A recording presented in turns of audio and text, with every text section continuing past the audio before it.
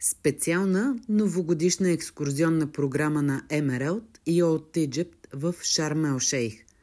Представяме ви нашата ежедневна програма City Tour.